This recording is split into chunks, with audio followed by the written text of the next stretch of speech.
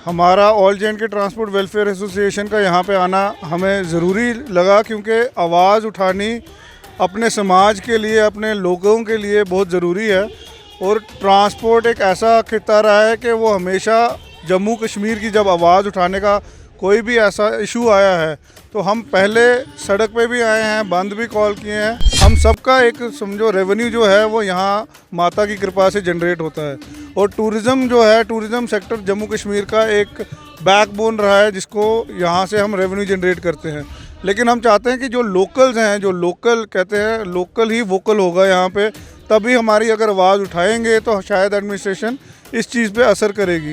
Jammu and Kashmir transport union की बात करूं तो उनका समर्थन जो है वो सिंबॉलिक रहेगा कि Jammu and Kashmir transport union पूरी तरीके से समर्थन में आएगी। जैसे आपसे यहाँ गुजारिश भी की गई है कि जल्द से मीटिंग करके एक बंद की कॉल भी दी जाए, तो किस तरह का आपका यहाँ पर निर्णय रहेगा?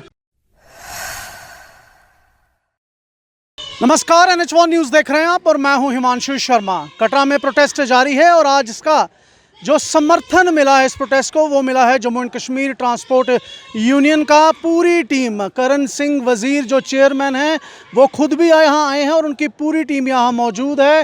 प्रोटेस्टर्स को करण सिंह वज़ीर ने एड्रेस किया और उन्होंने साफ शब्दों में कहा कि हमारा समर्थन जो है वो प्रोटेस्टर्स के साथ है और अपील भी की कि सरकार कोई तरीका निकाले और बातचीत जो है वो शुरू होनी चाहिए। बात करते हैं यहाँ करण सिंह वज़ीर से।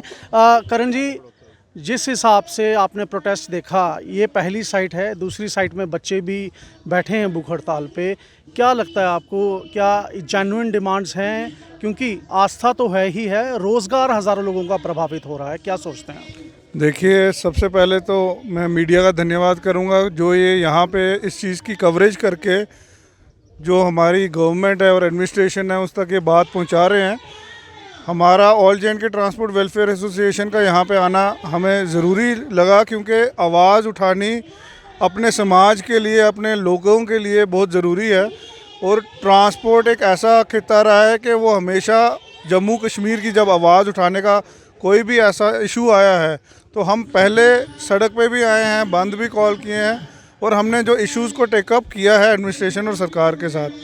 आज प्रोटेस्ट करने की जो वजह कारण बन रहा है, मैं ये समझता हूँ कि जो लोकल्स हैं यहाँ के, उनको पहले एक मीडिएशन में उनके साथ बातचीत होनी चाहिए। और कोई भी अगर आप ऐसा फ़ैसला ले रहे हैं उसको जल्दबाजी में नहीं होना चाहिए। एडमिनिस्ट्रेशन को लोगों के साथ जो लोकल रोज़गार जो अभी चल रही थी, अगर वो ख़त्म की जा रही है और एक नई रोज़गार बनाई जा रही है तो उनको एडजस्ट किया जाना चाहिए उसके अंदर, उस सेटअप में उनको कहीं ना कहीं उनकी रोज़गार ख़त्म ना हो, क्योंकि उनके भी घर चल रहे हैं, उनके भी बच्चे पल रहे हैं। तो हम यही गुहार लगाएंगे LG एडमिनिस्ट्रेशन से और सरकार से कि अगर आप रोज़गार जनरेट करने के लिए आप अपग्रेडेशन ला रहे हो, इंफ्रास्ट्रक्चर डेवलपमेंट ला रहे हो, आपको ये देखना चाहिए कि जो रोज़गार चल रही थी अगर कहीं वो ख़त्म हो रही है तो उसको भी कहीं ना कहीं कोई सपोर्ट सिस्टम बने, उसको भी एडजस्ट किया जाए। बिल्कुल करण जी, रोज़गार की हम बात करें तो जम्मू संभाग में जितनी भी डिस्ट्रिक्ट्स हैं वहाँ के लोग यहाँ काम करते हैं, डायरेक्टली और इनडायरेक्टली डिपेंड करते हैं रोज़गार के लिए। जहाँ माता वैष्णो देवी की जो संपूर्ण यात्रा की बात करें तो हज़ारों लाखों लोगों का जो है पेट पलता है। जब ताराकोट रोपवे अगर बनता है वो सिर्फ 2 कंपनीज़ को या 3 कंपनीज़ को उसका फ़ायदा होगा। आज हम डेमोक्रेसी की बात करते हैं तो ये कहाँ तक सही है कि जिस पैसे से हज़ारों लाखों लोगों का पेट भरता हो वो पैसा सीधा 2-3 कंपनीज़ के पेट में ही चला जाए? क्या इसके बारे में आप कहना चाहेंगे? देखिए, हम तो पहले यही चाहते हैं कि जो लोकल रेवेन्यू जनरेट हो रहा है, यहाँ माता की वो आस्था है लोगों की माता के साथ, वो कृपा रही है। जम्मू कश्मीर का जो पूरा एक हमारा यहाँ पे स्टेटहुड है, इस चीज़ को हर लोग कश्मीर के हैं, जम्मू के हैं, कटरा के निवासी हैं, हम सबका एक समझो रेवेन्यू जो है वो यहाँ माता की कृपा से जनरेट होता है। और टूरिज़्म जो है, टूरिज़्म सेक्टर जम्मू कश्मीर का एक बैकबोन रहा है, जिसको यहाँ से हम रेवेन्यू जनरेट करते हैं। लेकिन हम चाहते हैं कि जो लोकल्स हैं, जो लोकल कहते हैं, लोकल ही वोकल होगा यहाँ पे, तभी हमारी अगर आवाज़ उठाएंगे तो शायद एडमिनिस्ट्रेशन इस चीज़ पे असर करेगी। जो रेवेन्यू जनरेट होता है यहाँ पे, अगर वो बाहर के लोग आके यहाँ पे खाएंगे, अगर यहाँ पे 370 था, 370 हटाया गया, वो इसीलिए हटाया गया कि यहाँ पे लोग आएँ और रोज़गार जनरेट हो।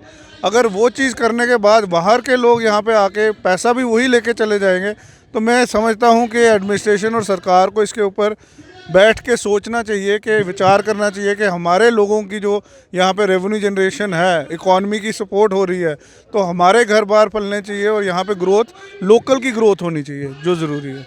मैं Jammu and Kashmir transport union की बात करूं तो उनका समर्थन जो है वो सिंबॉलिक रहेगा कि Jammu and Kashmir transport union पूरी तरीके से समर्थन में आएगी। जैसे आपसे यहाँ गुजारिश भी की गई है कि जल्द से मीटिंग करके एक बंद की कॉल भी दी जाए, तो किस तरह का आपका यहाँ पर निर्णय रहेगा? देखिए, अभी हम यहाँ पे अपना समर्थन देने आए थे और आने वाले टाइम में हम जो बार एसोसिएशन है और चेंबर है, हम इनके साथ एक गठित हमारी मीटिंग भी होने वाली है आने वाले दिनों में, और हम मीटिंग करके इस चीज़ के ऊपर एक निरंतर फैसला लेंगे कि हमें अगर आगे शामिल होना है, तो अगर हमें आना पड़ेगा तो हम आएंगे।